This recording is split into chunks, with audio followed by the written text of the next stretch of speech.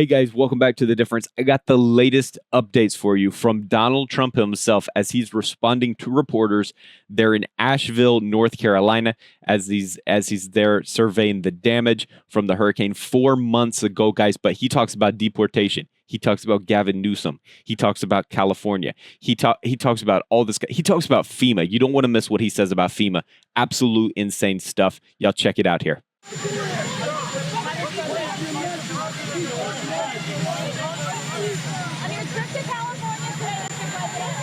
Everybody, thank you very much.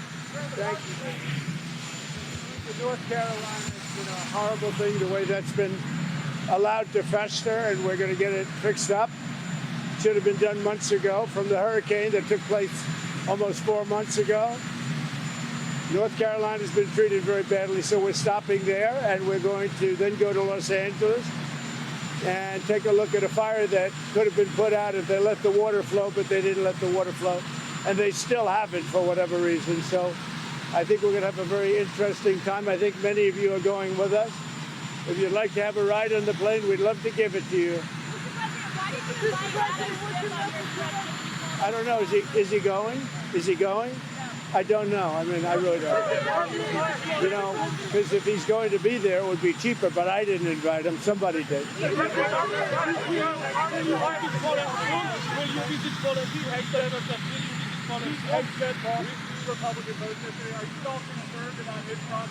Look, whatever it is, it is. He's a good man. I don't know what's going to happen. You never know in those things, but Pete's a very, very good man. I hope he makes it. I hope he makes it. I was very surprised that Collins and Murkowski would do that. And of course, Mitch is always a no vote, I guess. It's Mitch a no vote? How about Mitch? Huh? You what? Let's see what happens. I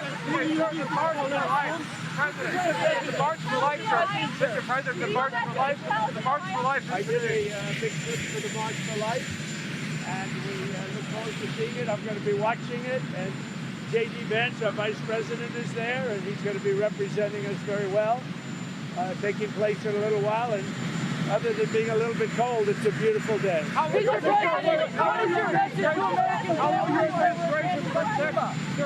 administration protect pro-life Americans?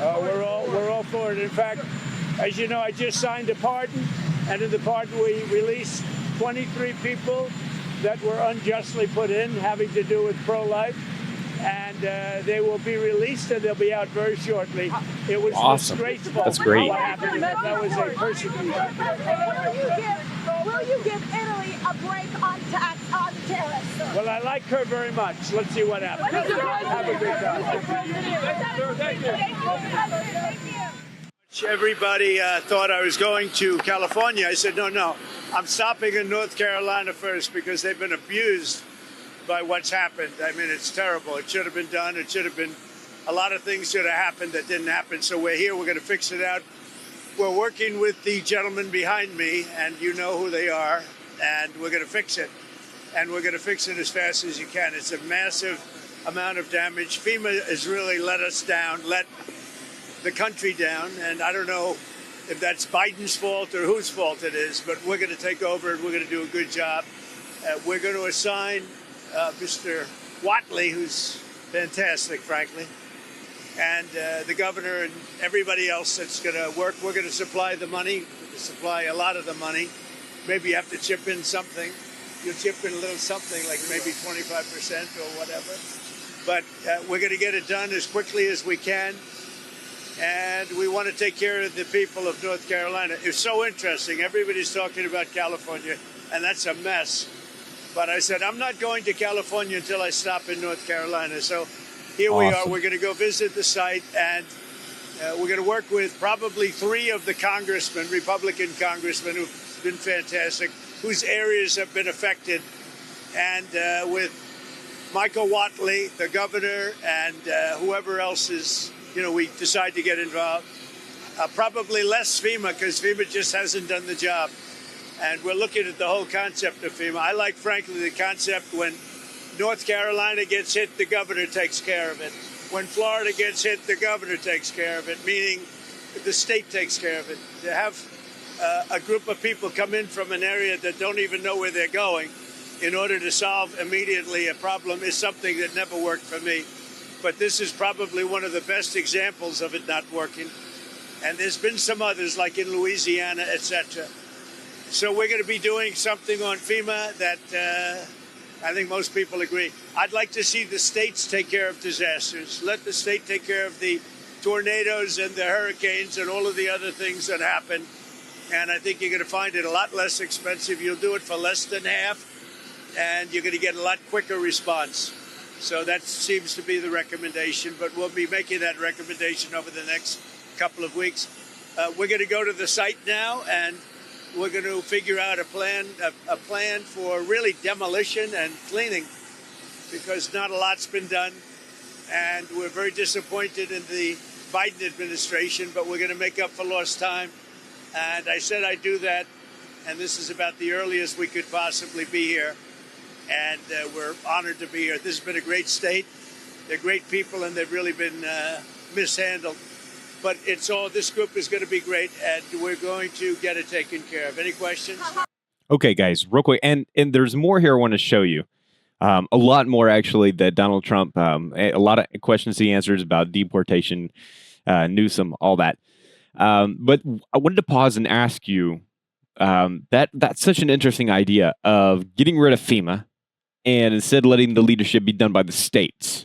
What is your response to that? Let me know down in the comments what you think, because that's so crazy. And I also love the fact that he went to North Carolina before he went to California. And I know California is a lot more recent, but North Carolinians, they've been just waiting, and the government's done almost nothing to this point.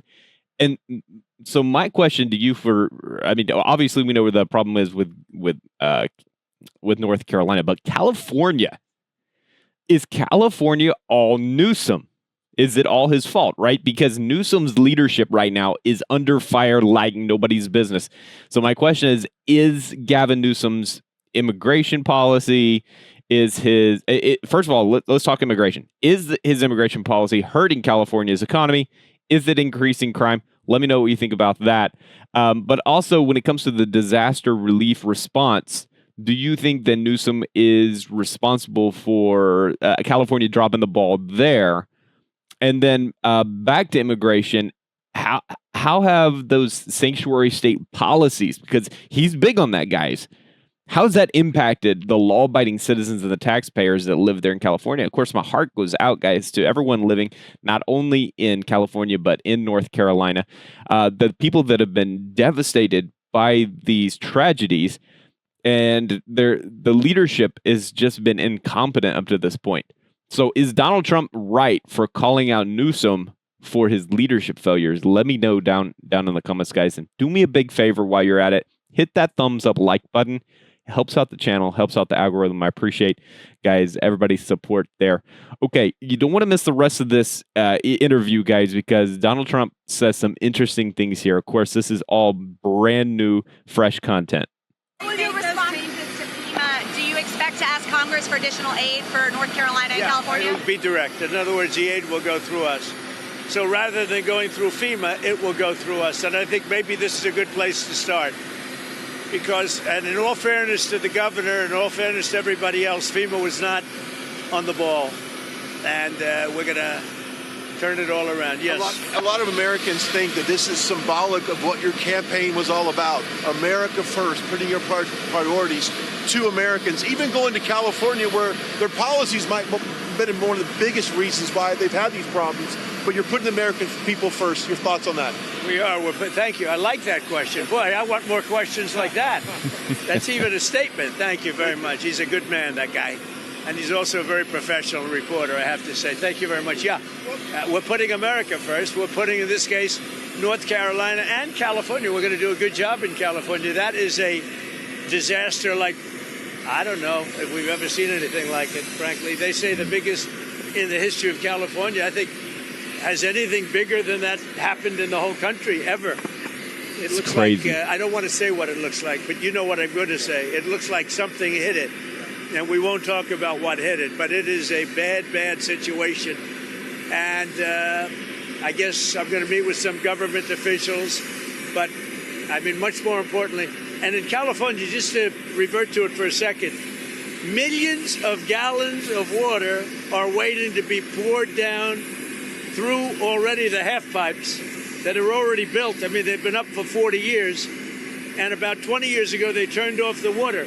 And it's the water that comes from the Pacific Northwest. Some of it comes out of Canada, and it flows there, and it probably has flowed there for 1 million years. And they turned it off, and they routed out to the Pacific. And in the meantime, you don't have water in the hydrants. You don't have water in the sprinkler systems. It's the craziest thing I've ever seen. And everyone's trying to figure out, why aren't they turning it back? They say it's the Delta smelt. It's a fish.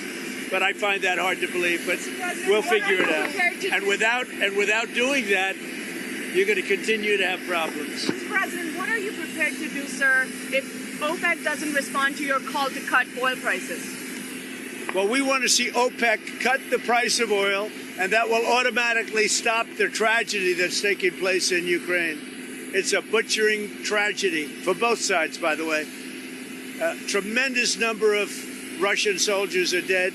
Tremendous number of Ukrainian soldiers, and a lot of people are dead from the bombing of the cities. But right now, it's just bullets whacking and hitting men, mostly men, almost in all cases men.